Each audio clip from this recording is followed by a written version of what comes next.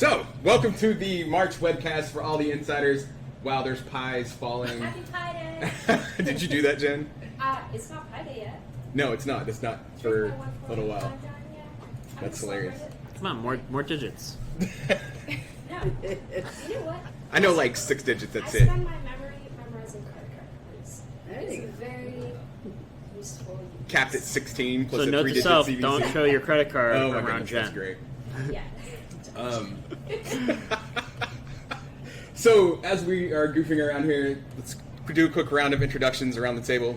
I'm excited to do this. We haven't done the last one we did was what, November? Because we didn't do one in December. Gosh, it's been 3 months. All right. Well, as you all know, I am Jason Howard, North Face Hiker on Twitter. I am the host of the Webcast and the Goofball on social media. So. Hi, I'm Clint Ruckus. I'm product lead for PowerToys. I'm Christina Cohen. I am a design lead for Windows. I'm Judy Safran-Asen. I'm a PM on Christina's team.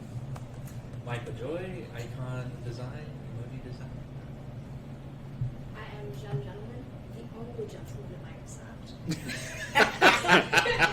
Touche. Nicely done. And I help wrangle feedback for the Windows shell services. And I am Brandon. I work on the Windows Insider program team, and I get to work with fantastic Jason and Jen. The fantastic Jen, but you can. You don't have to say it about me. We know how this really goes. I spun that quite a bit. Just saying, I spun it. So, when we broadcast in the newsletter at the end of February, we didn't actually list which topics we were discussing today. Partially because we were flying by the seat of our pants, which is my fault. This is because how I roll. But number two, because we wanted to keep it a bit of a surprise because it was going to be really fun, the topics that we were going to cover. So, folks around the table have made their introductions. Clint will be talking about PowerToys today. The rest of the new faces you see at the back of the room will be talking about design and the icons that have been recently introduced to Windows, and hopefully a little bit about what's coming in the future, if they can talk about it without getting in trouble. I'm not trying to get anybody fired here. So, with that, I know that hopefully, I think you said you have something to present. So, at whatever point you're ready, let me know, and I will drag the cable over. Okay. But real quick, kind of heads up. There's obviously been a lot of design change over the course of Windows, from XP to Vista to 7 to 8 to where we're at now. So, what has driven the changes over the course of time? Like, what has been some of the ideas? Because even I did a little homework, right? I have to do some of my homework here. And if you go back in time, there was like this whole like flat look to things, and it was super popular or whatnot. And it seems like we're shifting away from that a bit. So what's driving this? Where did it come from? And why is Microsoft on this train? Do you want me to start? I can start. So I think, a lot of it is based on trends that are happening in the industry, and as time goes on, and technology advances, I think Microsoft, as well as the other tech companies out there, we're always looking at what's the best design language for our customers at that time. Back in the Windows 7 days, I think that was still around the time of skeuomorphism. Vista 7. Vista 7, yeah, I still can't say that word. And that was a reaction to, Apple was doing it, and I think designers felt that, we need to make things look like the real world in order for people to be able to grasp them and understand, metaphors similar to how you would when you're not looking at the screen, right? Mm-hmm. I think a reaction to that was, partially because the technology at the time, a lot of times it felt like it wasn't needed, like if you make something feel like wood or something feel like some texture in a digital experience, a lot of people were like, well, does that really need to be there to help me understand and to communicate what we're trying to say here? And so I think that's where the flat design, super simple Metro came into play. It was a reaction to kind of like this, I think we kind of overdid it when it came to just, adding more to the UI that didn't necessarily help customers. Kind of an inauthenticity. Yes, totally. And it wasn't really helping with wayfinding and navigation and communication. It was actually kind of taking away from it. So that's where the industry kind of went to this flat design, which was Metro. And I think Microsoft was really ahead of its time. When we started doing the Metro design language, we kind of came out with it first, and then you saw others like Apple and others kind of start to follow and dial back that skeuomorphism. I think now with the Fluent design system, it's now a reaction to the flat design, and so things got super simple. Like all of our icons in Windows were just white on tiles, just like we removed everything you possibly could. Any embellishment we removed, and what we've learned now as we've progressed is that our experiences are pretty complex, and by removing everything kind of looks the same, and it gets hard for users to scan and to find what they're looking for. And so Fluent is a reaction to that, where we realized we need to add back some of those elements of the natural world. So that's where, if you look up the Fluent design system, you'll see things like light and depth and certain things that kind of we added on to Metro, right? And so with Metro, it was about color, typography, kind of flat elements, but then you can actually add on motion and light and depth in that Z order, and it actually gives us as designers more of a toolbox to work with. And so from there, Fluent evolved, and so now you'll see with the new icons compared to what we had before, we've added color, we've added depth, we've added a bit of light to those. And so actually when you have a big sea of icons, it's easier to find what you're looking for. You want to add anything? Next question. So when you're making these design changes, right? Yes. When there's this tipping point of like, hey, we need to evolve and shift a little bit. What actually prompts you? Like, what is the thinking behind it? Is it customer feedback that you're listening to? Is it just it's time for something new? Let's clean house and see what we can do next. Is it some combination of them somewhere in the middle? It's definitely a combination. It's absolutely customer feedback. I think another thing, and as our ecosystems get more intertwined with other platforms,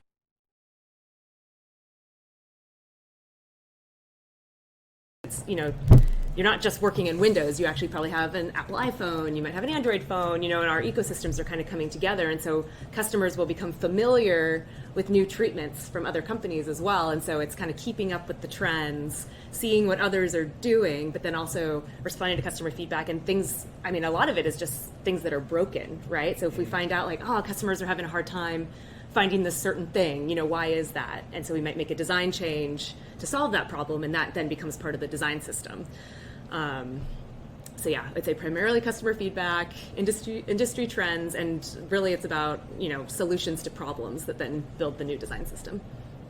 Is there a cycle that we see? Is it like every 2 years, every 5 years, every 10 years, or is it just kind of as needs evolve and the base of what you're working on top of happens to change? Like, kind of, what is some of the prompting of the evaluation process?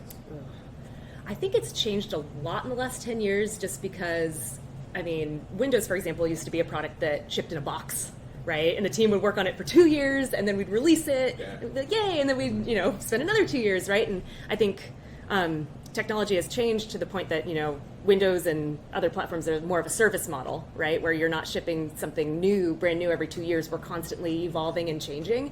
And so I think we're going to see more of whereas in the past you might have seen Windows 8 was like this big new different thing that customers got it and they're like, whoa, this is way different from what I had before. I think now you're going to see more of a gradual change over time, and I don't think we're going to, and it's just me, but I don't think we're going to see big shifts necessarily. It's going to happen gradually over time so that we don't notice it as much, but then it doesn't, it helps keep the experience familiar for our customers so that they're not thrown off by something completely different. Evolution versus revolution. Yes. That's a good way to say it. That's a Catchy. good way to say it. I like that.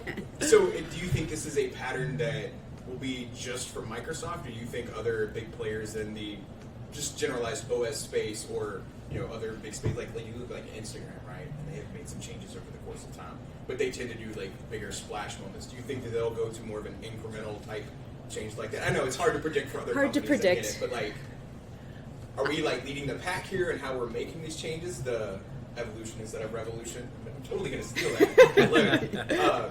Like, do you think we are kind of starting a trend here, or is this something that will be kind of pioneering solo? That's a good question. I don't know. Yeah, I don't know. I feel like it's kind of just with technology in general, like, we're all kind of moving to this model where it's easier to update more often, right? And so I do think it's more kind of an industry thing, but I do think that we're leading the charge a bit. I'd like to think so. What do you guys think? So for the icons themselves, Yes. you've had a hand in the design itself. Yes. I am not an artist, I mean, I can draw stick people. I mean, if y'all want to see me draw stick people on the whiteboard, I will.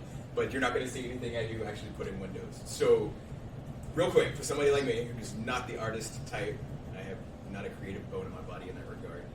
Can you tell me, like, what your background is, like, how you got into this?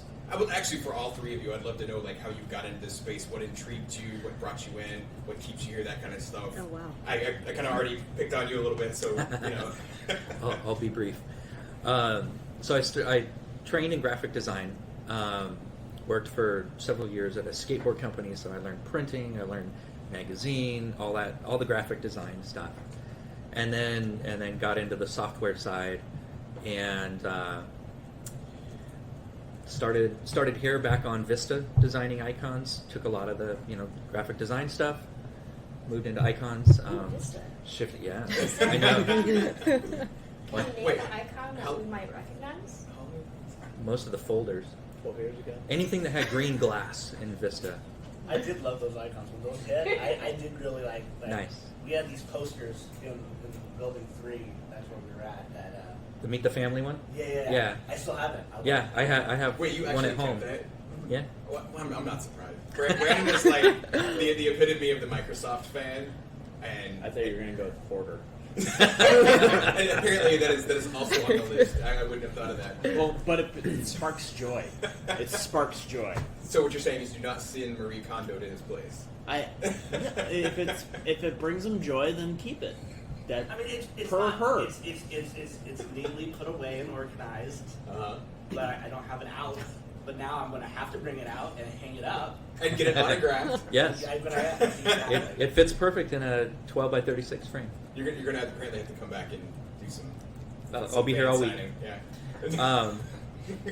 Yeah. So from there, moved away from Windows, back to Windows. I spent some time on server, doing a bunch of icons for System Center and Server 2012, and then came back to Windows at the beginning of Windows 10, and all the File Explorer stuff. Not single-handedly, but Sure. was involved in all that, all the MDL2 work, and then emoji has been part of what I do. I also make the fonts, the MDL. Well, I don't make the MDL2 fonts anymore, but I started that whole process. And So there's two questions I have for you. One, you mentioned emoji. yes. Did you put the taco emoji in there?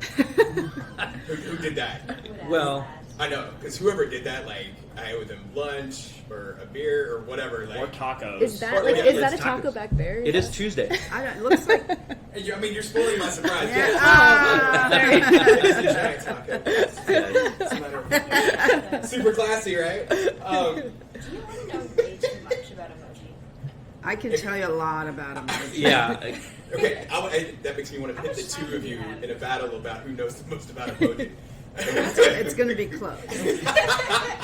hmm Typically, I mean, emoji is all part of Unicode, so each emoji that gets added is proposed, has like an official proposal document. You can actually look them up; they're all available online, and then is reviewed by the Unicode Consortium and approved or denied. And then once it's approved, or even like once it's in almost approved state, all the different platforms will start designing their version of the emoji. And we try to, obviously, like, because we do each have our own font for the emoji, like, there will be some differences, but we try to make sure, regardless of what platform you're using, that the emoji conveys the same sentiment. Because a lot of people aren't aware that there are different fonts if I'm on an iPhone or if I'm on Windows. And if what it conveys is different, then it can actually cause communication issues that are either funny or like not funny. Well, between friends. that's something I've seen across platform. Like you compare like Facebook and Twitter. Like one of them has like a white dog with brown ears. You put it on the other one and it's a brown dog with a red collar. But it's supposed to be the same thing because when you're looking at it on your phone, because your phone has a third version of it, you're like, oh, I want this. And on each platform, it comes out completely differently. And I'm like, yeah, what's going on here? And Unicode is purposely somewhat vague on the description isn't white dog with brown ears. It says dog. Okay. So it's kind of up to the vendors to design what they feel is appropriate. And it doesn't for seem that. like they coordinate. Everybody is like, hey, let's all make sure we're doing the exact Well, same we're thing. More now doing than a lot before. more of that now. Okay, okay. Yeah. Working with partners at Google and Apple to get more cohesion across the design and how things look, so people understand. There's so many smiley faces now, and Apple had a smiley that looked kind of not like a smile, and so somebody sent it to somebody, and I got a bug open that said, "My wife's mad at me because she thinks I sent her, some." I was angry when I was just sad. So Yeah. I don't want to break up a marriage. We're trying to. Why'd you get divorced? Yeah. Emoji? Yeah. Autocorrect can do that. Sure. God. Right. Yeah. Sure. True that. But yeah, we're less siloed and much more working together to, make things Yeah. better for all the users. It's awesome. And if you ever want to go see like a comparison of how they look across the platforms, Unicode.org has a whole chart of them, and Emojipedia also Yeah, like full- you can drill into each individual. Full emoji data is a page that shows all the emoji across all the platforms. Line by line, I mean, it's great. I'm literally just soaking all this up. This is not a space that I have delved deeply into previously. Yeah, So. yeah, but this may be another, Whole nother webcast. webcast of its own. So Yeah. we might want to not diverge too much into. the Okay. history. So to answer the original question, the taco emoji, it was first added into Unicode, and then we worked on the design. Right. Okay. It's the same. So in some roundabout way, I do get to say that you helped bring the taco into Windows. Yes. You can say. Yeah. You could say that. That makes me so happy. So, Judy, Yeah. your history. Can I, if you don't mind me? I have a long ago background in marketing and advertising and print media. I came to Microsoft to kind of work on a bunch of different projects, ended up connecting with some people on the fonts and typography team. Loved that and really got sucked into that work. And then in Windows 8 we got reorged into design away from the product team, and so we had kind of more impact directly into design. And yeah, we've just sort of stayed in the design space, and so I own the iconography, fonts, emoji, and illustration work for Windows and Surface. So just a little small space. Just right? a tiny little bit of things, just a little bit of stuff. Every single time any of you Yeah. log into Windows and you're looking around, you're seeing the results of your work. Yeah. That's pretty awesome. I mean, it's gotta be like, I would be super proud to say that anytime somebody's touching the OS, they're seeing a piece of the work. Yeah, that participated yeah. I mean, in. I'm not. There are other people involved, of course, but we own all the fonts for Windows for the hundreds and hundreds of languages that are supported. Wow. So, And we support a lot, like more than most, right? Like we're actually ahead of the game with the number of languages that we support, right? Like we. yeah, I mean, support is a kind of a relative term. Support involves input and fallback and shaping and the font itself. So depending on the language that you were using, you could have different results. You recently did the story on Odlam. Yes, we did a story on a West African writing system called Odlam, which was a Story Labs project. 25 million people speak this language, but they didn't have, their own writing system. They were using Arabic and Latin to transliterate their writing, so we created that font, and Office will also have some complementary content fonts. So yeah, we're saving, it's literacy. It's helping people in a place that really needs that kind of support. That is an entirely different ballgame than just Yeah. trying to make Windows look cool.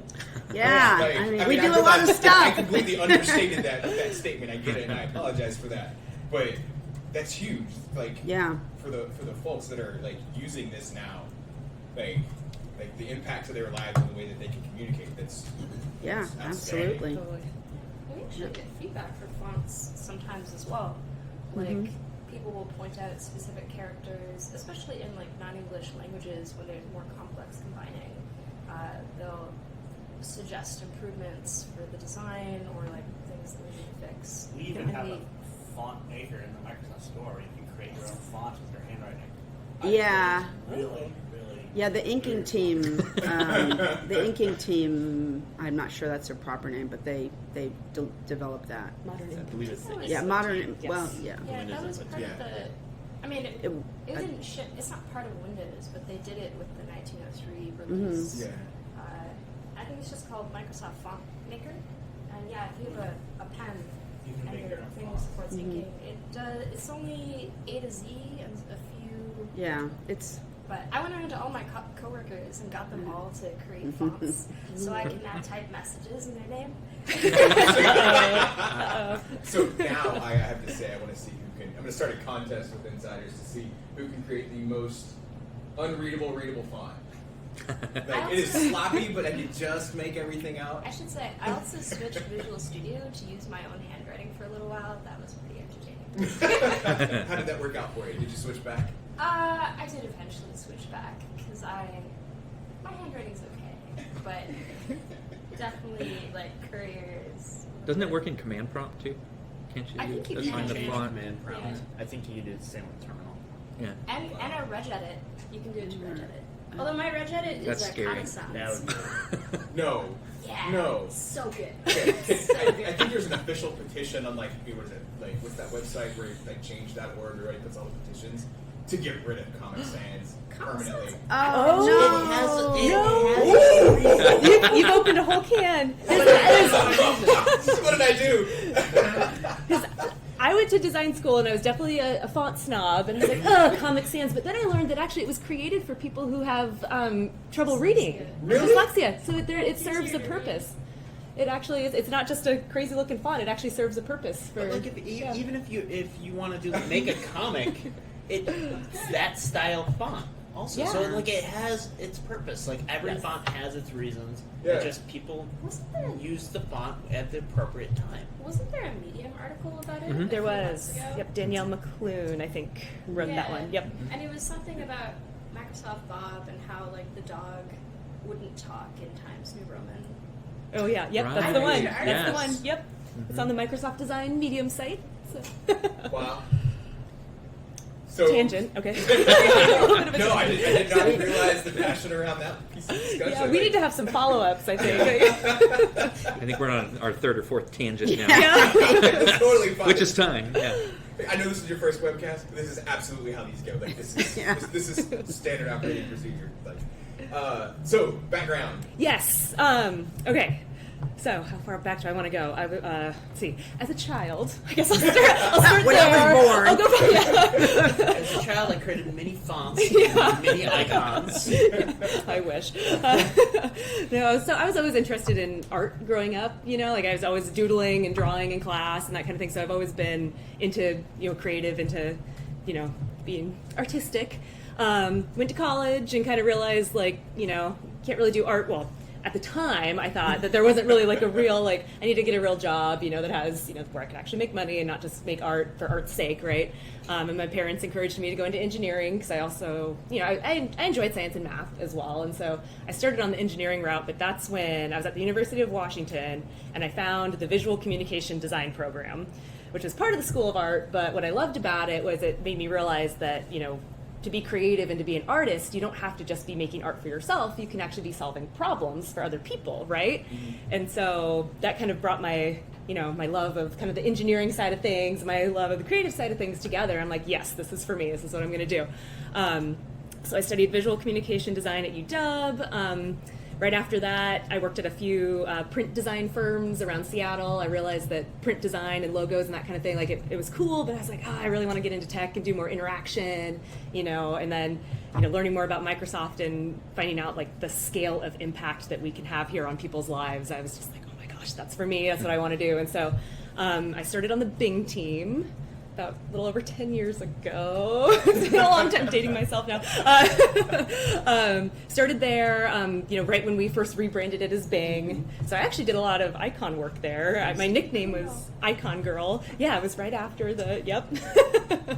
And so, yeah, I've always kind of been on the visual design side of things, but, I feel like you shouldn't differentiate visual design from UX and product design. Personally, I feel that those shouldn't be two separate things, that it all kind of comes together.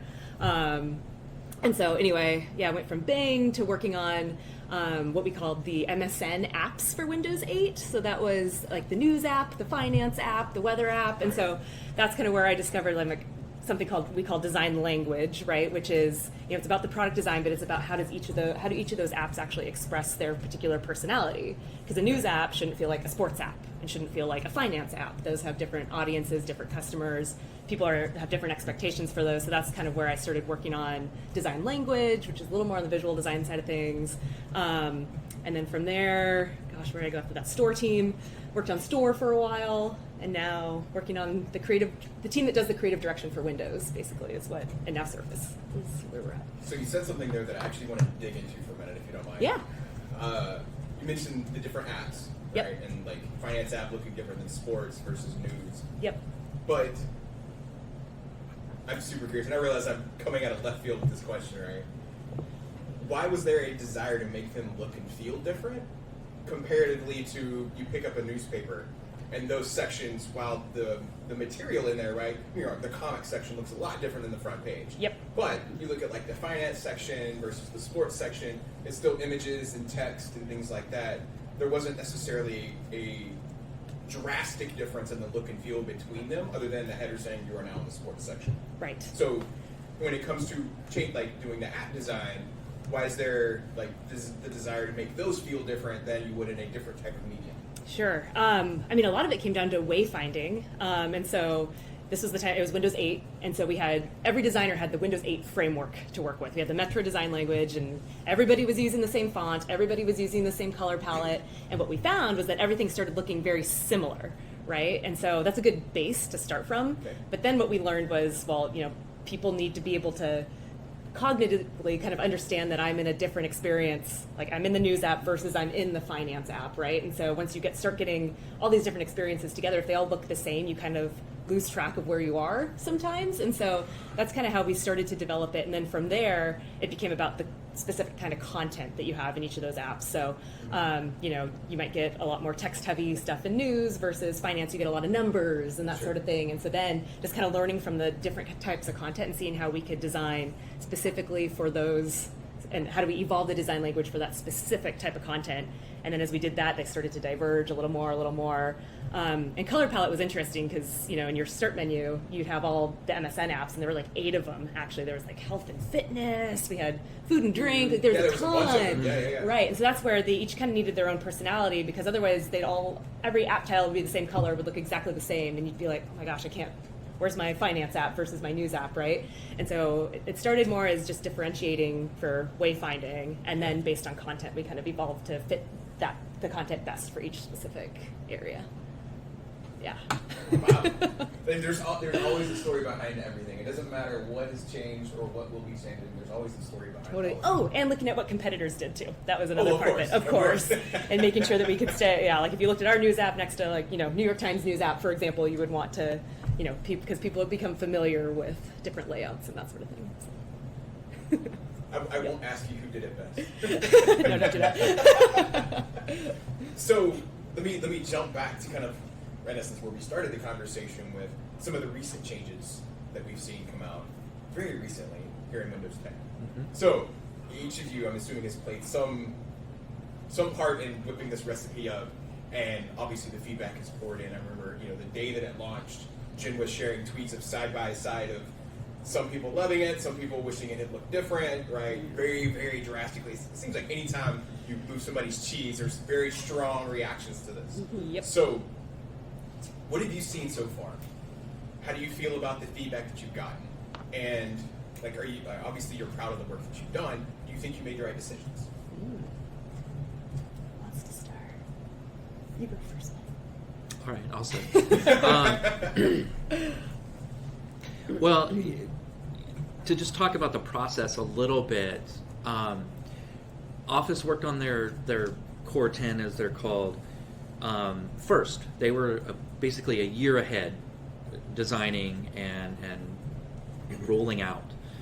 And one of the things we had to do very early on was they had that system. They already had colors for each app that were historically relevant, and they wanted to keep those. But Windows was going from white icons to something colorful, so we spent a lot of time designing, sort of deconstructing and reconstructing, figuring out, a lot of the Office apps have the letter plate. None of the Windows apps have that, and so we had to sort of take a step back and look at the system overall, and design color, design a palette, design a system that we could work, that would feel like the Core 10, but had a kind of a voice of its own as well. Okay. We realized early on that not every icon can have square blocks of slightly different colors, shades of color, because everything starts to look the same. And that's what we were trying to fix.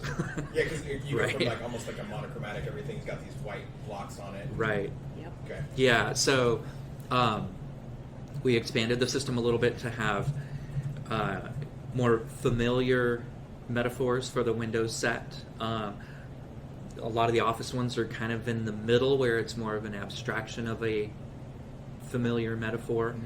Mm-hmm. Dynamics is very complex metaphor, so it's better to just be abstract and not be too specific with the metaphor.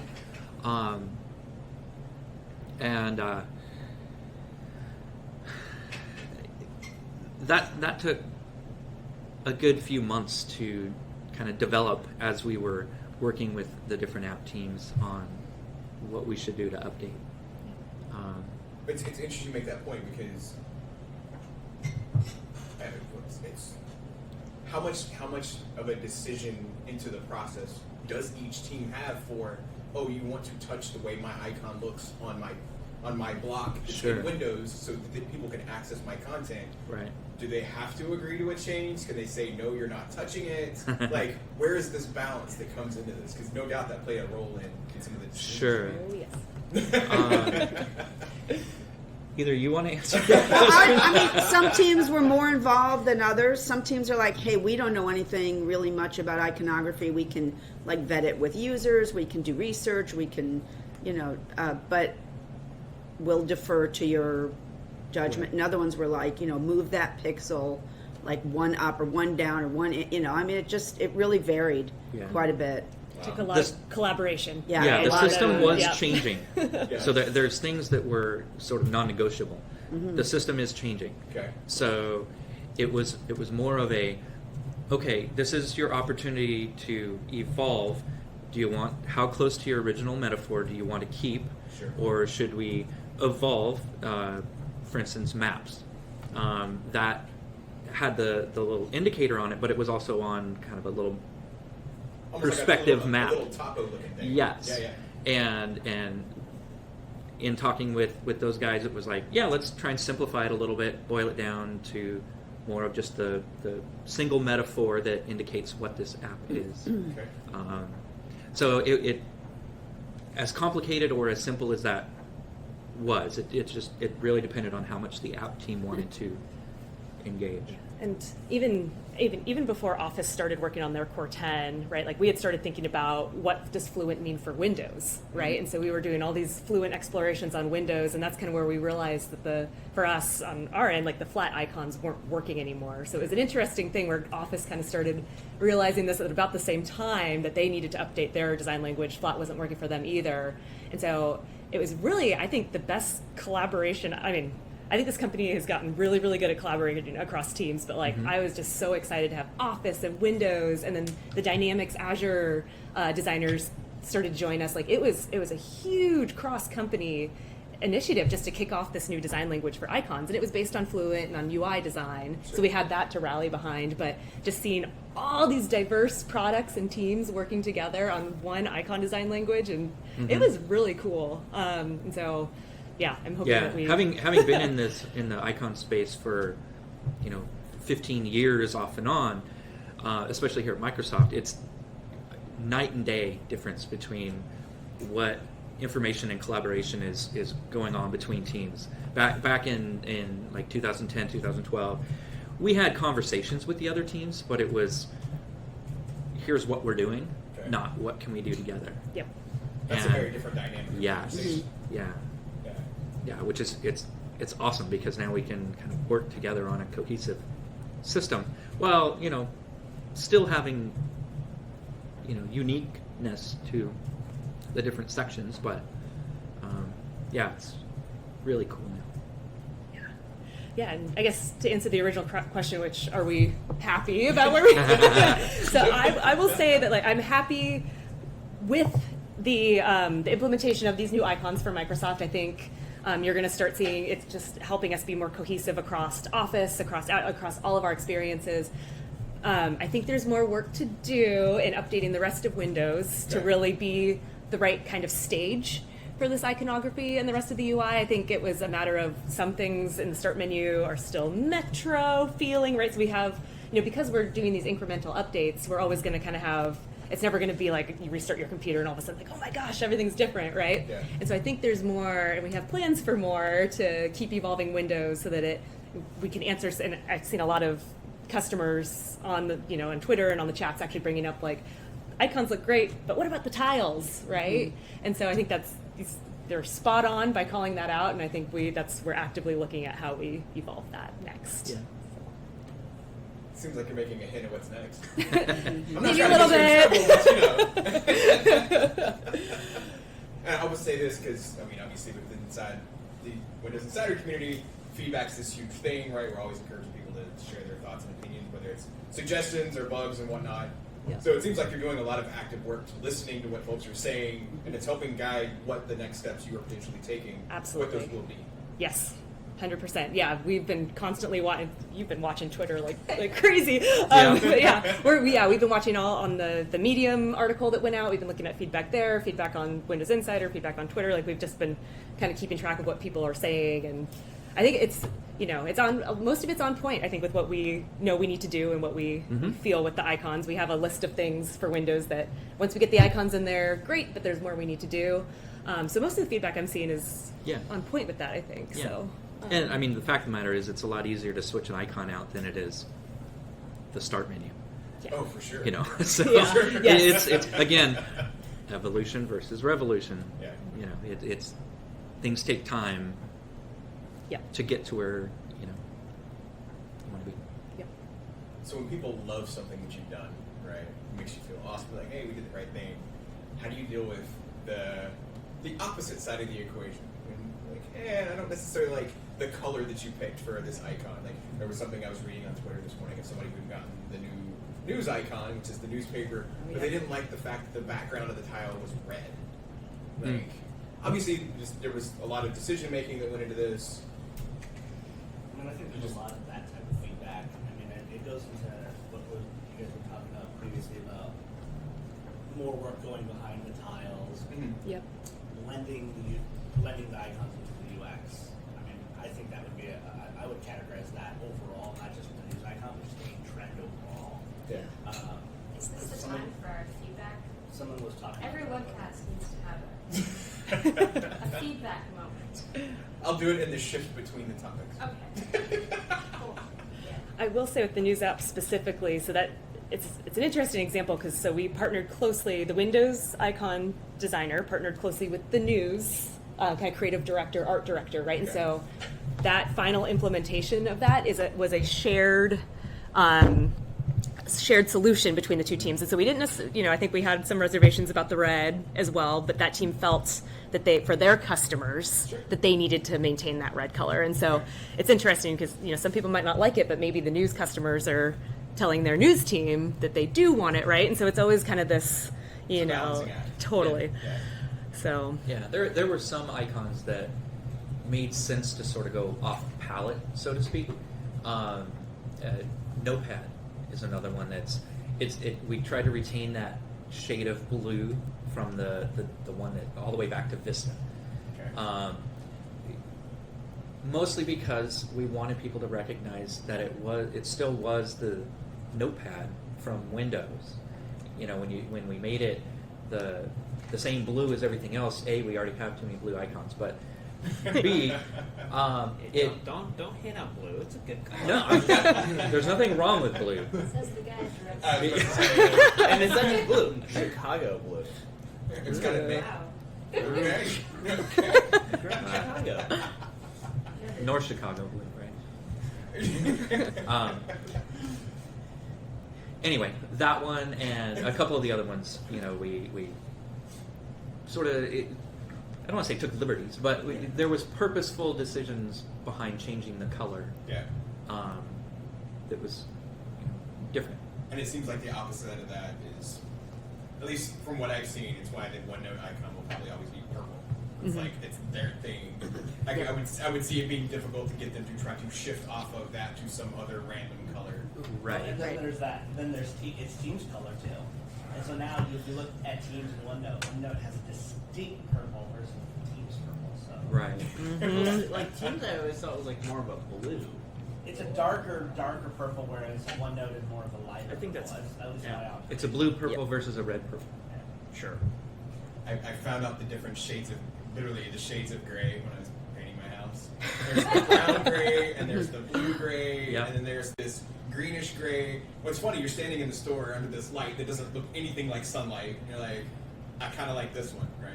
There you go. Thankfully, I bought like 10 different samples, and I go and throw them all in the back of the house, and I'm like, is this actually the one that I picked? Right. And it's like, nothing like that. Yeah. The house turned out okay, by the way, but it's just, this whole shades thing is hilarious because it actually means something when you get down to it. Yeah. Right. Especially if that color happens to represent something specific about your product, your brand, whatever it is. And I have to say, like, as a consumer, right, that I worked at plenty of other places before I came to Microsoft, but it wasn't really till I came here, because I worked at T-Mobile before here, and they were all about that shade of magenta, right? Oh, yeah. And Oh, I yeah. was like, I didn't know somebody could get so riled up over a color, right? But anybody came close to that color, and they're like, Yeah, I don't even know how many times T-Mobile had to have conversations with other companies about color. It was a lot, but I won't get into that because I'm not trying to get myself in trouble here. But I will say this, like, to this exact conversation, having seen this and having seen the design, there's a lot that goes into it. And to an end user who doesn't really pay attention to it, it's like, oh, I'm just looking for this particular thing so I can launch an app and get to doing what I'm doing. For other people, it's the recognition. Because, like, for me, like, I have trouble remembering street names, but after I've seen it one time, I can drive there 10 times, it doesn't matter. Yeah. Right? And, and it goes back to, the differences as humans and all that kind of stuff and how we learn and what we recall and all that. So, Yep, Yeah. totally. Anyway. Sorry, I know I just had my own little Yeah. complete tangent over here. So, I do know that there was mention that y'all had another meeting that's coming up at 11. I don't want to make you run late for that. Did you have something that you wanted to present or share with the audience? What do you have? I'm not Excuse me while we do a huddle. Yeah, I think you could We show. went through. We took stuff Yeah, out. That I think we could do it. Just we call were it cons- exploration. Anything I'm not we were trying to get you in concerned trouble, about. right? Yeah. Yeah. Yep. But, I think we can show it. okay. So, As long as people understand that you're going to see some exploration. It's not. It's work in progress. It's work in progress. It's not. It's not plan of record. which adapter do you use? Just regular HDMI. Perfect. Yeah. Making my life easy. There you Oh wow. It takes the full thing? Yep. How old school. I know, right? Could be VGA. Ooh. go. It'll take me a second to get disconnected right here. Let's throw up the splash screen of Yeah. hold on. Yeah. No. Sorry, Jeff. I'm gonna do this real fast. You want me to go run and grab Yeah. napkins? For those of you who can't see on camera, I knocked Joe's water over. See, we got some right here. Okay, Oh, if you that's could do the convenient. Windows Oh, wow, thing that's so that it You does your output. pick up your trauma. This webcast is so exhilarating. Oh, look, someone says this in a on me. Oh, No, yeah. Thank you. Thank you. This is how everybody gets to know that we're doing this real time, because if this had not been done real time, there's no way this would have stayed in the segment. This would have been cut out. Okay. Am I sending? Hold on one moment. Trying to mitigate electrical fires. Yeah. Yeah, there are a lot of cables right where that was. It is not displaying yet. No This- open this cups. window is black. WinP. Oh, are you? Yeah, I'm in the How are you project. sharing it? Is it duplicated? I have duplicate. It just flashed, so maybe that's a good sign. No luck. Nothing. No. Second screen. Do you want to try to send it to You my can see computer? your mouse. Oh no, that's Jason's mouse. Okay. I can try the Surface laptop. I'm hoping this works, everybody. We're hyping Sorry. up the anticipation. It wouldn't be a webcast if there wasn't something technically, just wait. Don't worry about it. Don't worry about it. Thankfully, these are all my mice and keyboards off my desktop. Yeah, I'm not. Huh. Adapter. Supposed to be straight up on power cycle.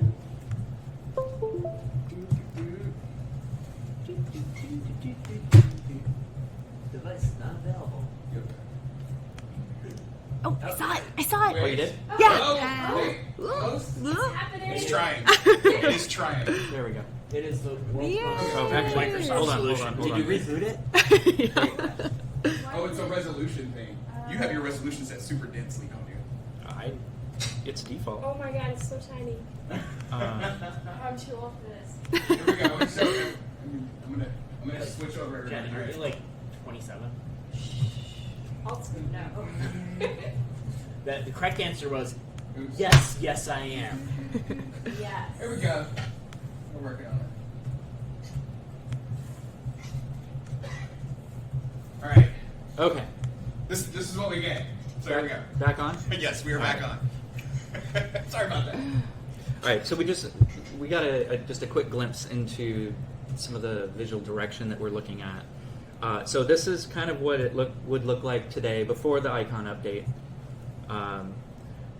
This is after the icon update, so only a few switched.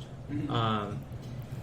But this is kind of the direction that we're exploring. Okay. This isn't necessarily. This particular slide is to showcase the icons.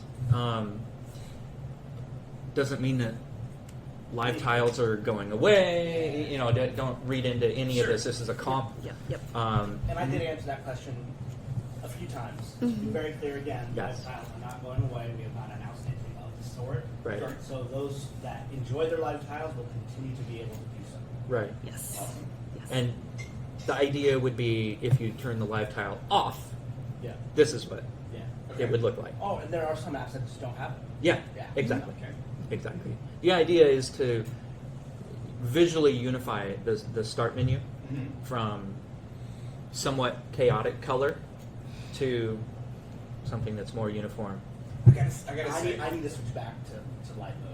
After seeing this, Yeah. I'm just like, light mode was so pretty. And see, I'm dark mode for life, so. But I have to say, and this is actually feedback you've seen in the feedback hub. This is stuff that I've seen, talked about plenty of times in other conversations. Is I love the fact that, like OneNote, I'll pick on them again, right? It used to be a really big purple tile. Mhm. So even if you go back to, and I know I'm gonna start something in chat with this. You go back to Windows Mobile 8, right? And you had all your tiles on your screen, and you had this nice array of see-through type tiles, and you got this one big purple tile that's just why can't I make this one look like the others? Right. Yep. But now you have your little colored icons, but they don't get in the way of actually either your light mode theme or your dark mode theme, right? It's easy Exactly. to recognize and it represents appropriately, but you don't have this big colored square of something where you can't affect it by making some sort of a system change to alter how you want your overall experience to look. Right. Exactly. Yeah. Yeah, and tapping into the background color, the accent color, that could still technically be part of the theme. Sure. You would get that. You would still get that color experience, Yeah. just in more of an acrylic fluent design, as opposed to bright, solid colors. This is awesome. Like, it's amazing. Like, I still remain, like, I realize I'm stuttering my way through this, right? But it's like I'm trying to grab my thoughts, put them into a coherent sentence. It's amazing how all these little changes, when you start bundling them all together, you end up with this, and you end up with this overall experience of this feels right, this is what I like seeing, right? And then you have the ability to customize and make the little changes to get it exactly how you want it. Yes. And all that hard work that y'all put in pays off, then hopefully everybody, or at least everybody that's going to be happy will be happy. Yeah. It's fantastic. So, is there anything that you want to tell insiders? Anything you would like to share before we wrap on this section? Oh my gosh! Keep giving us feedback. Yeah, for we sure. we love hearing from you, and we are definitely we're taking all the feedback into account as we evolve the creative direction and the design system for Windows going forward. So please keep sending us feedback. Actionable, not just like, I hate this. It's always That will be part of my feedback rant momentarily. Yeah. Because that is going to happen. Well, like I always view it as give me feedback that is the same type of feedback you would want. Because saying Yes. something sucks, Well, I mean, it's not useful. I mean, It's what sucks. You paint your house and you ask your neighbor how your house looks, and they go, "It sucks." Like, I mean, that's, All that makes me want to do is like paint my house like orange, like safety orange. Be like, no, only you can do that. It's like, this is my spirit animal right here. but no, I think it's you might disagree, but help give insight on what's wrong, the pain points, and that helps drive feedback. totally. Yeah, the why. Yep. Yeah, I don't know. Follow Microsoft Design on Medium. Yeah. That'd be awesome. We've got an Instagram account for Microsoft You Design. got a chance to have a Twitter handle? Yes, I know we both do. I'm Oh. not doing Twitter. Okay.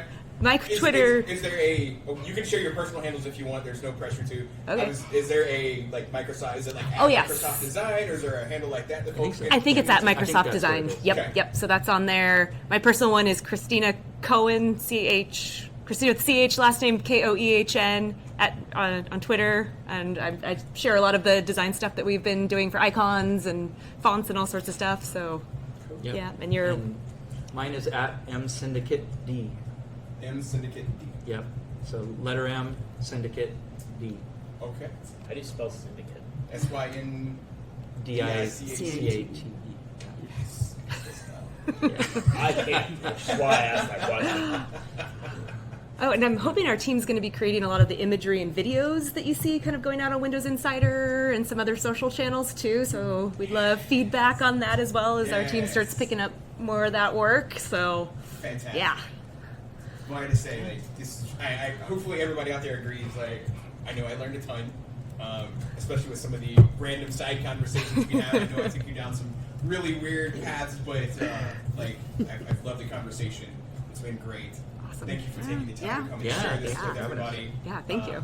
No doubt there's more to come, and hopefully, if you're willing, if you had a good time, hopefully we can get you to come back on at some point in the future. Sure. Talk about some more of the evolution as opposed to revolution that has Yep. happened, and we can get some updates and share with the crowd again. Awesome. Bye, Yeah. everybody. Awesome. Thank you so much. Thank you so it was much. so fun. Really Thank appreciate it. you. So, Jen, I don't want to disappoint you. So the feedback rant, right? We kind of touched on it, right? So feedback, right? If you are filing feedback, I like the way Clay said it. You're going to get feedback the same way you would want it, right? Make Well, sure it's not just like how you want it. It's help me clearly understand what the problem is versus, I don't like this. I'm like, well, what makes you think that? So like with PowerToys, it's understand, like right now for fancy zones, there's a big discussion on how do we snap to a zone. And some people have overlapping zones, and that becomes a very controversial discussion of what feels natural. So I actually ended up creating a test app and just put it in front of people and go like, do you feel this is right? And just see their feedback and see what works there. And some people are like, I don't like it. And other people are like, yeah, this is fantastic. both sides of the spectrum. Yeah. So it's all about just testing and actually understanding what people love and what people don't like. So,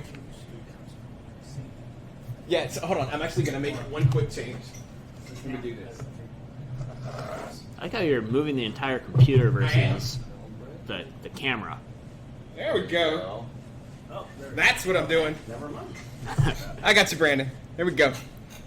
I think in all the hubbub earlier, it got pushed around. It was I'm totally my fault. sorry, No, Dr. Watashi. Watashi. I get very excited. That's one fun aspect of the webcast I've never managed to solve is the bumping of the table because we have a really good mic, so you know. Everyone, Jen has the badge of shame. Forgot her badge at home. It was on my camera. You just got called out, Jen. And I looked at it last night, and I was like, I'm gonna remember this. No, you're not. Jen did not remember. Jen did not remember it. Pro tip: when you think that in your head, you put it in your backpack. I should have done, but I was hungry. I had to eat my hot dog carbonara, and priorities took place. I think my brain moved on. So I have a little rack in my office, car keys, and my badge goes right on top of my car keys. So when I go to grab it to leave, just grab them both at the same time. So, Clint, Hola, ¿cómo estás? muy bien y tú? That's all I know how to Okay. say.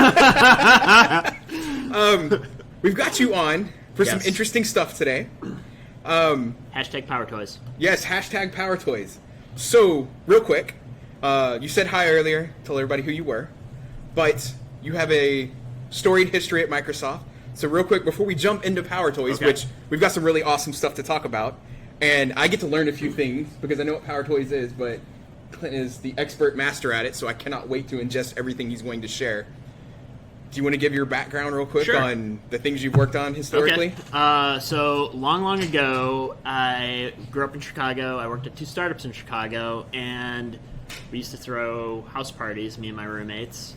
And I decided I'm going to build a computer-controlled disco dance floor to liven up the parties. Okay. And it was written in C#. And, shocker, fast forward a little bit in the future, Microsoft's like, hey, that's really cool. Do you want to do a blog post on it? And then I did a bunch more work for it. And then next thing I know, I'm like, hey, you should apply for this job. And I got hired on. So I got hired on because I did something cool in my side time. I helped run, at that point, I joined the academic developer advocate team. So I talked about Microsoft Tech to college students. And then I joined Channel 9, and I built basically coding for fun, large-scale projects. So if you ever saw a t-shirt shooting robot that was powered by Windows Phone, I built that, life-size Rock'em Sock'em robots that somehow are still roaming around campus like 10 years later. I mean, Yeah. I built with a bunch of other people, a omnidirectional wheelchair that was like, imagine WALL-E, but use Kinect to drive it with your hands. oh, that is rad. And you could circle strafe people. Did you do any work on the Mustang? I was one of the people that helped lead the Mustang project as well, aka Project Detroit. Yeah, that was. That was 6 months of time in California. So I got to actually spend the night in Bellevue Square, which is a giant mall here, trying to prep it for the unveil. So yeah, it was fun times. Large chunks of that car are open source. I don't think anyone will actually ever build anything out of it, but it is open source. Wow. From there, I joined Halo, so I helped. I was the PM for dedicated server and matchmaking on Halo 5. Then I joined Windows developer marketing, where I was the technical liaison, which is how I met most of the people in this room. The close work with the Yep. Insider team. I took a small face sabbatical at Facebook, where I helped out the open source team there. We don't Face want to sabbatical. talk about that part. And then I rejoined Microsoft to lead PowerToys. So, yeah, And here you are. and here I am. So, for the uninitiated, Yes. what exactly is PowerToys? What's some background on it? Catch people up to speed. So PowerToys is all about helping tweak Windows for the power user.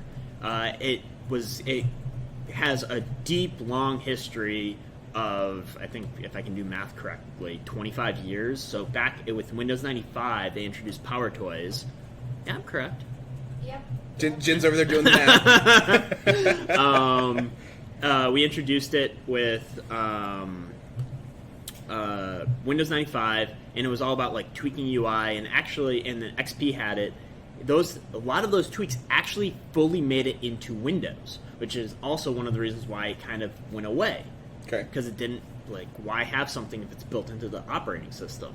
Now, the key thing is all those little tweaks were built by engineers on their side time to just, like, help their lives make their lives easier. So, fast forward build of 2019, we did a tech sneak peek just to kind of see, like, is this something people want back?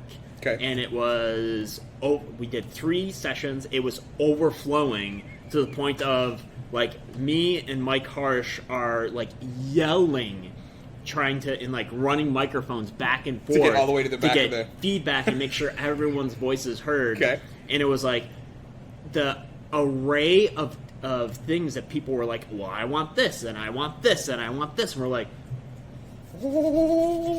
They pretty much cut your workout for you. Yeah, so, like, if I go to the PowerToy repo right now, I think there's over 200 suggested PowerToys. Hint, hint, there's no way we will, like, we're a small dev team trying to help this out, and it's, but it's just a crazy amount of... Yes, I'm looking at it, there's a ton. 137 open issues right now, and that's not including the ones that we've moved into like close as duplicate or tried to merge it into one bigger issue. Yeah. And then there's also just enhancements to the existing ones. Sure. So so that we came back, thought about different Power Toys. Some people internally said, hey, we have this cool thing. Can we make it into a Power Toy? And we're like, sure. So right now, today we're going to announce 0.15 and ship it. Yay! And we're trying to, big things are increase our quality because, like, we're moving fast. We're trying out new things. So occasionally things break. As someone could imagine, Windows is a very rich, diverse, long code base. So even how you, like, fancy zones, we re-snap Windows into, users can define their snapping zones now and create new snapping zones. So how different applications create windows is just vast. And then, so we fix, like, in 0.14, we actually thought we corrected something for a save dialog. And then it turns out there are applications that use the same APIs as a save dialog. So our fix for one thing actually caused a rippling effect that we didn't think about. So now we're actually going to create a tester app that can simulate every possible way an app can create a window to be sure that we snap it appropriately and then we also factor in things like save dialogues that shouldn't snap. Wow. Yeah, that's no small undertaking. Yeah. I'm not gonna ask you to give a specific number, but it sounds like that number would be non-trivial for the number of different apps that this is going to have to cover when it's doing this testing. So what we're trying to do is when someone reports an issue, like Fancy Zones is not respecting something correctly, is look at it, figure out what it's doing, and then build that into the tester app. Okay. So in 0.15, we added 300 new unit tests to prevent this kind of stuff. And then in 0.16, maybe it will come in 0.17, we'll turn on this app for our testing matrix and make sure that any new check doesn't happen. Now, and our hope is to do these releases monthly now that we've fixed a lot of our underlying stability issues, and we want to, get clean, stay clean is kind of the mentality. And we also fixed our build pipeline. It was infrastructure quarter. You have to have a good base to work from to enable you to do bigger and better things. Yeah. Other things that we did for 0.15 is we created our V1 strategy. So we're very clearly and crisply saying, for our development team, we are going to do these things moving forward. And now that everyone has agreed upon those stakes in the ground, then we can create the roadmap going backwards in time to see if we can do it. We created the launcher spec and the keyboard remapper spec as well, so then work for those are going to start getting pushed forward as well. Wow. So it seems like .15, I don't know how else to say this. There's a lot in it. There's a lot of changes. There are over 100 fixes in 0.15. Wow. So when is 15 going to be available? As soon as I can do that literally right now.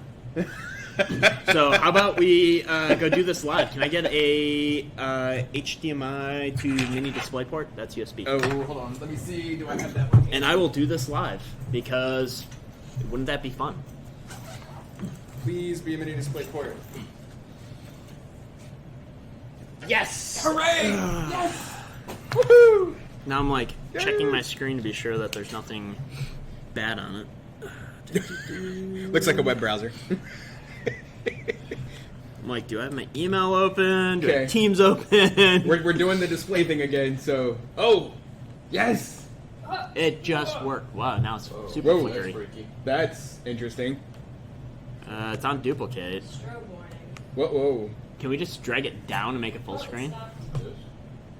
Nope. Hold on, let me try this real fast. I think that might actually get us what we need. Just hide the strobing port. Yeah, Yeah. That's literally what I'm going for here. Okay. Okay, everyone can I was gonna say, There we if you go. That's- guys are wondering why we keep looking up in this direction, it's because we actually have the whole mixer Oh, chat, Yeah. up on the wall, Yeah. sort of to help us not Do stare funny at our stuff, Yeah. right? computers the whole Yeah. time. Okay. Yeah, like they don't get to see the backside, but we actually have the monitor here where we're doing the software configuration. The webcam's in the middle of the table, and then there's a projector up on the wall where Jen is gracious enough to actually broadcast the stream up so that we can pay attention to the chat, make sure that the demos look good, and see some of the other technical stuff that we need to see. And it's just like this one big process, but we all have to look this direction, so it's like we're constantly looking back and forth. But yeah, that explains that. Okay, so first, So here we go. the big thing is like, let's go update the README. So I'm gonna go commit that. Good. Let me go delete my branch for good cleanup, and let's go to our 0.15 and edit it This is fun. We've dropped flights and on that. publish, And that's it. and we're live. What? What? So 0.15 is officially shipped. So yeah, we had, like I said, we did a lot of work toward making sure like we can auto update, removed certain requirements like before you had to run it as administrator. So now we removed that ability, that requirement.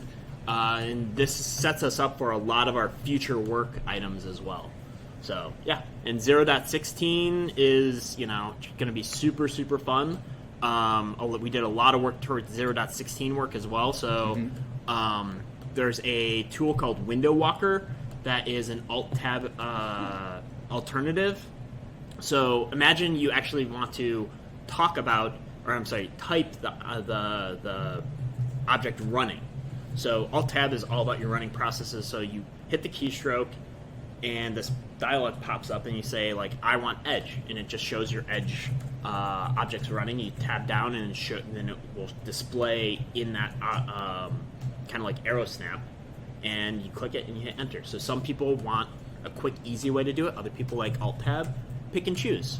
Wow. And it's made by Beta. Do you know how to pronounce Beta's last name? That's the guy. Oh, his last name? Yeah. So there's this fantastic person. I called him out on GitHub, and he will be directly called out in attribution that we are adding into PowerToys as well for the creators. So this is his PowerToy, actually. Yeah, he's Ethiopian. Okay. And he was an intern on my team. when Oh, I first awesome. joined Microsoft. We're It's gonna. been a long time since then. We're also in 0.16. We have an SVG preview pane and a Markdown preview pane for Explorer. So that makes me super, super happy, the Markdown one. and we're adding in a image resizing power toy so in the shell, so you can right click some files and resize them appropriately, not just left right. And obviously, I mean, what you can see on the display here, this is GitHub. Yeah, So this is where I'm going to ask you the fun question. sure. Can end users contribute to this? Absolutely. We all we ask is an issue is created, Okay. and we have the discussion. So there's a contribution guideline. Okay. And the reason why we do that is what we don't want is someone to do a lot of work, submit a pull request, and then either we've started doing work on it or it is something that is either implemented in a way that we feel is not the best or is something that we just won't accept. Okay. So we want to be sure that we've had the conversation, we've done the, metaphorical handshake, and then it gets moved forward. Because we want positive experiences, and that's happened before where people have submitted pull requests in other projects and then they get a little bummed because it gets rejected. We don't Sure. want that. We want everyone positive and happy. And it's not just code. Yeah. The key thing here is it's not just code. There's documentation. There's people doing some fantastic things with icons, which actually is something I was going to show up. Niels, and there's another fantastic person in here. Let me go. His name is somewhere in this thread. There's a lot of work going on here. Zeal. I'm just going to say Zeal. But he's doing some fantastic work there, and he's in the chat too. I saw him somewhere. Yeah, there he is. He's actually called out in my V2 spec Yes! for settings. But yeah, so like people are coming up with some fantastic icons. Neil's 9001 icon set here may be what we opt for with PowerToys moving forward. That would be awesome. It looks fluent, it looks clean, it looks crisp. It also, through this thread, there was through this, like, the wonderful thing with the discussion is you can look at his icon suggestion at the bottom left here in the task tray, and it doesn't actually have color, but there's concepts where we introduce color, and then that color can mean different things. So we could have it like, imagine we do green and red, and that means you have virtual machines running on your system. Okay. That's Like, cool. like, hey, you are gobbling up your system resources.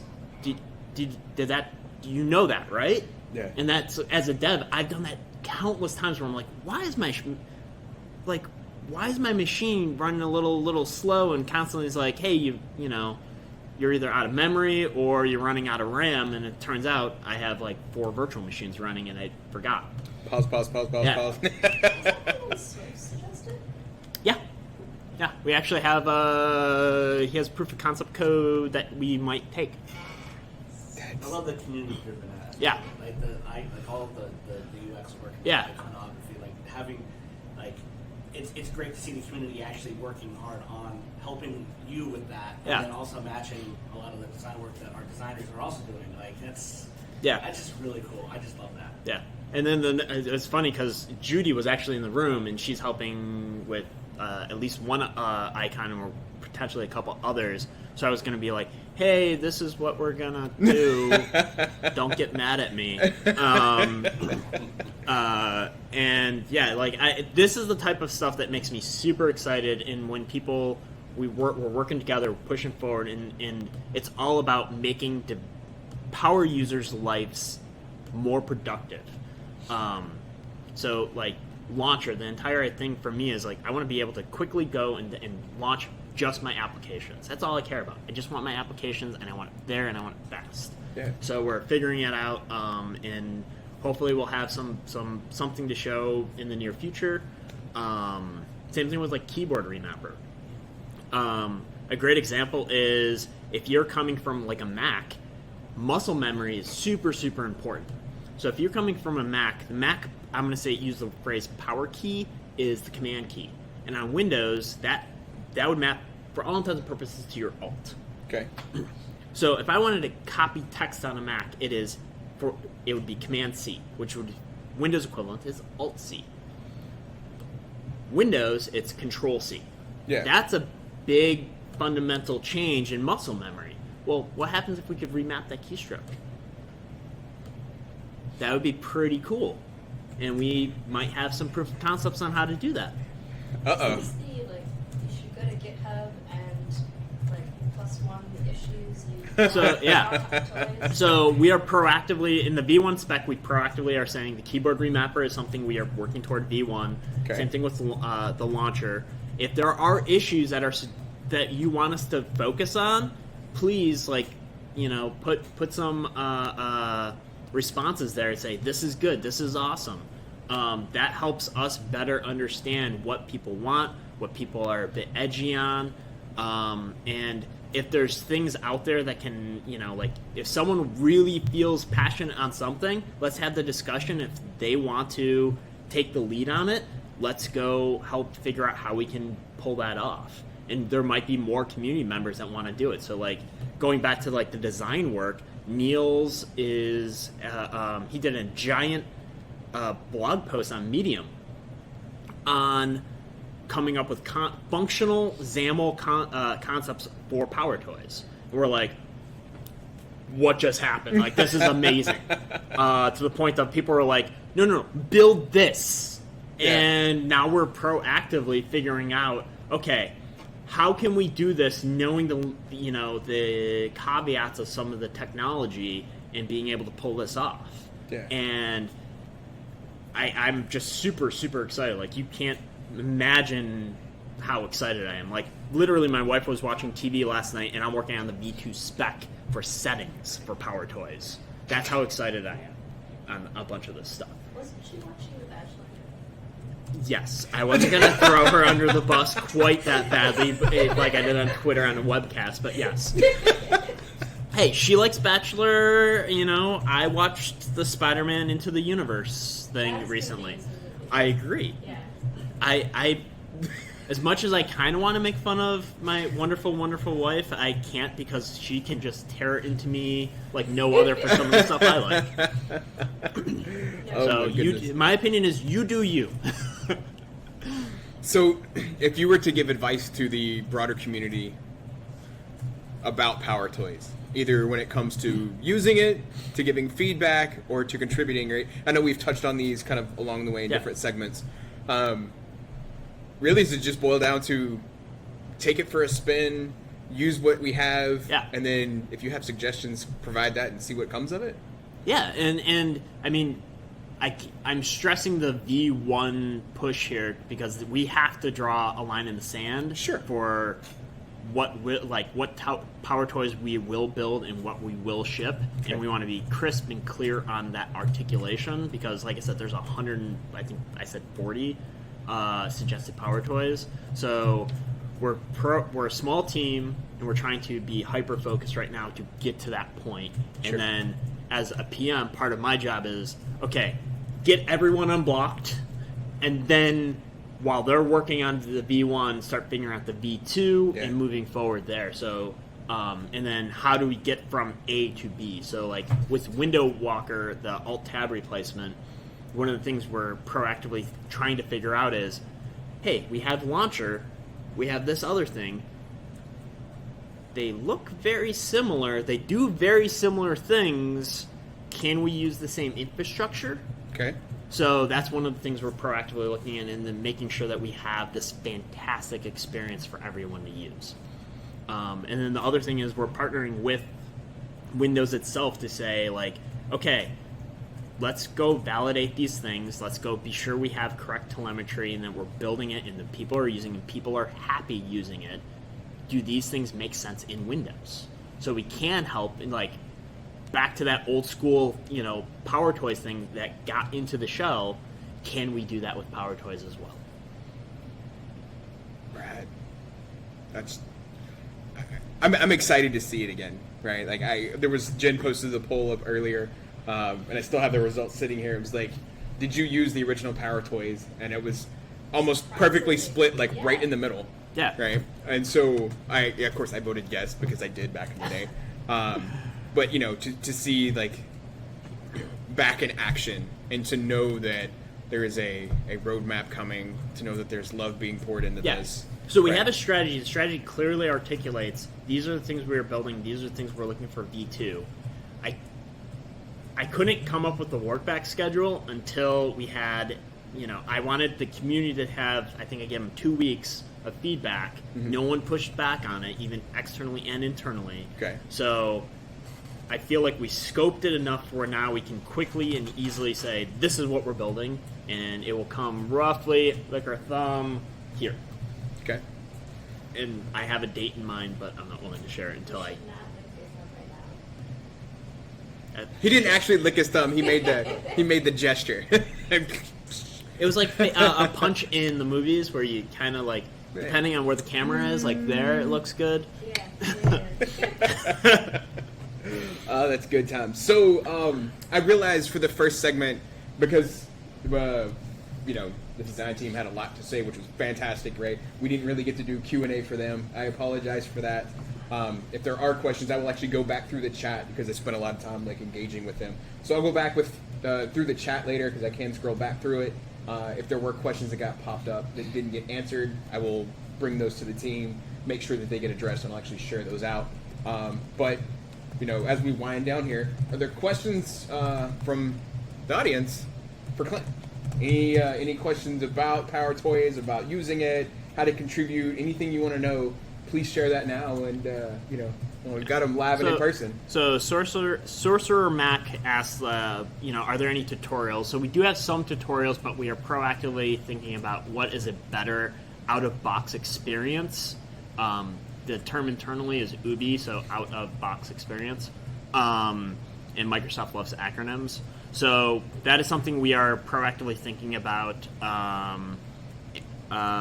Starzoof, I'm probably butchering that, but is asking when will the shortcuts be expanded for what we're actually, the primary goal for V1 will be making it accessible, and the act of making that screen accessible for the shortcut guide will actually enable us to do the next step of work.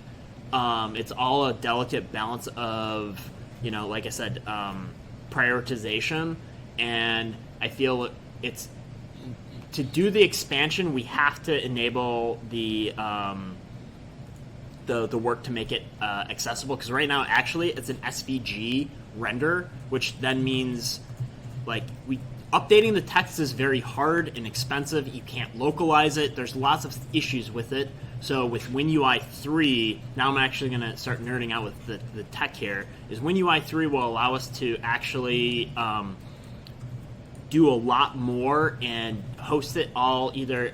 It's probably going to be a XAML island under the hood, but it will allow us to put controls, physical controls, that then narrator and everything else can be accessible, and it should just work. Zlead, at some point I really need to learn how to pronounce his handle, because he does do fantastic things on Twitter and in the GitHub. Dark Theme, the hope is with V2, and we will be once again leveraging a XAML island there and WinUI 3, is that it'll make it everything obey dark mode. Mm-hmm. The reason why actually right now that's a bit hard is actually under the hood it is a Win32 app with a React UI on top that's using a web view. So to do that is a bit harder in the current state, and knowing that we are going to transition into WinUI, it's how much work do we do now versus later. And one of the things is by having access to the WinUI team, we can quickly figure out when can I get a drop, and that will enable the scenarios that we need to enable. So we, pick and choose. Jake Z's made kind of a smiley face with React. Pick and choose your tech, and what the great thing is if you don't know something is powered by something, do you really care? No, you have a great experience. Pick and choose the tools to do what works best. And at the time, a React.js app just worked, and it was one of the earlier mantras for PowerToys was don't take a bet on any particular framework, and try not to have focus on this UI stack versus this UI stack. And the decision was use a React app, and it actually uses Fabric UI NPM package to do a lot of the styling. Wow. So, let's see. Question 2: will there be a sets-like feature? Probably not. It's not something that's in our V1 or V2. That's a big work item, and we're a small team. I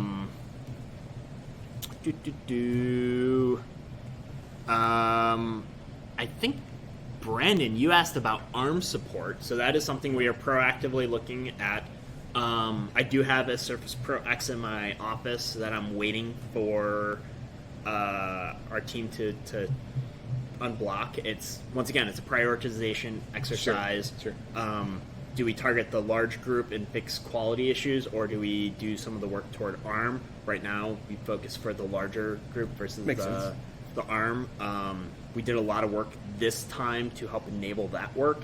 So it's coming. It is coming. Trust me. My teams will make fun of me if I don't support it. So I don't like getting made fun of. Our Grand Theft 999. Are you taking any of the original PowerToys to modernize, such as Zoom It?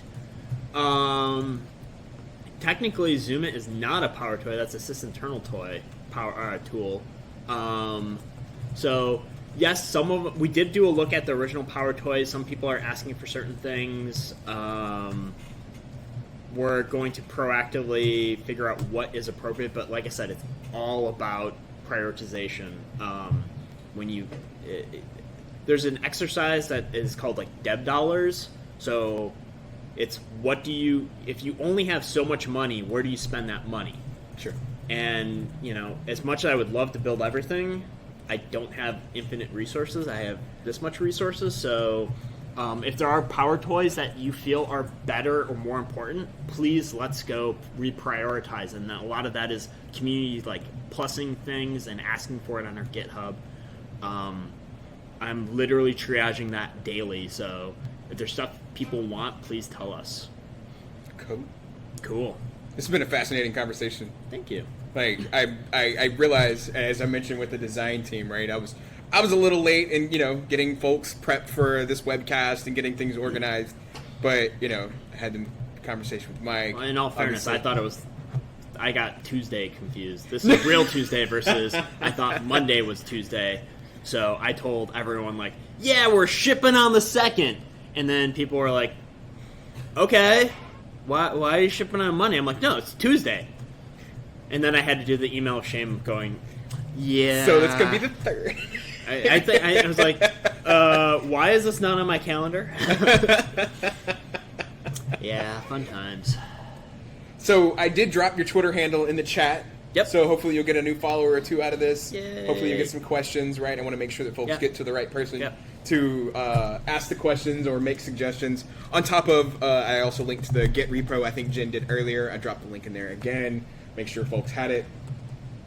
Oh, and the other thing, I just like to hammer this home. We are an open source project. Everything we do is in the open. If people want to see how we pull off some of the things we pull off, it's all open source. Right. Yay, open source. So I have to say, like, we're a smidge over time, but hey, we had the little snag at the very beginning, so I'm just going to say we're right on time. Forgive me, right? It seems to happen each time. But I got to say, huge thanks to everybody for joining. I really appreciate everybody making the time to come and hang out with us, learn a little bit about the things we think are fun and exciting to be able to share. Really, I know it's, to come and hang out with us for an hour and a half. Some of you are at work, some of you are at home in the evening, some of you stay up late halfway across the world where it is not a convenient time, but we appreciate you doing that nonetheless. Forgive us our technical trespasses, that's funny. So again, we will be doing another one next month. I realized there was a couple month break there, so this one is a wrap. We will be doing one next month. Look in the newsletter. So there's two things I want to touch on here. Look in the newsletter. So when the March newsletter comes out in a few weeks, It will have the date and time for the April webcast. So mark that on your calendar. We'll also share that on Twitter as well. And then if you are not familiar with, I know some of you hopefully are listening to the podcast that we record. You can go check out any of the past episodes. We actually have a new podcast episode releasing tomorrow where I have a couple fantastic guests. If you know who Ben Rudolph is, Ben the PC guy on Twitter, he is on there, and we do a lot of talking about Azure, MSN News, as well as some of the fun stuff that he's worked on in the past. But then number 2, we actually get into some pretty interesting technical content with folks from the debugging team who work over in engineering systems. We talk about time travel debugging, kernel debugging, WinDBG. Time travel. I love time travel. Well, yeah, I mean, says the guy wearing a Star Trek outfit. So that launches tomorrow. I'm going to share a link in the chat, aka.ms/whip podcast. That link right now will take you to all of the historical ones. Oh, Hayden, thank you. Both of those links get you to the same place. They're great. So you can check out all the historical ones. And then tomorrow morning, I think it's like 9 a.m. Pacific time, the next episode will release. And you'll be able to see that there as well. Work on server. What's that? Sorry. What did I miss? No, there's a chat thing. Okay. I'm going to respond. All right. So, that being said, I think we're a wrap. Keep the feedback coming. I guess Vivek emailed and wanted us to talk about the intercept calls. Oh. I'm glad he did that. I don't know anything about him. Sorry, one more thing. Myself. So, as part of an internal initiative that we have about connecting with customers, we are doing a series of intercept calls, which some of you have received mails about this, or you will see it on Twitter, where we will be doing direct one-on-one chats, where we have folks pop into a queue, and then we actually have live engineers and PMs do direct questions about a specific feature or technology. That will be another opportunity. That is happening Thursday. Yeah, it's third, so it's happening Thursday. So check your email and then check on Twitter, and we'll announce that. Give you a reminder there. And I have a link to an article. awesome, beautiful. Jen will share the link to the article here in the chat, and I think that covers us. So I will stop running on here. This has been a lot of fun. I hope you've enjoyed it as well. And then stay tuned for everything that's coming, and we'll see you again next month.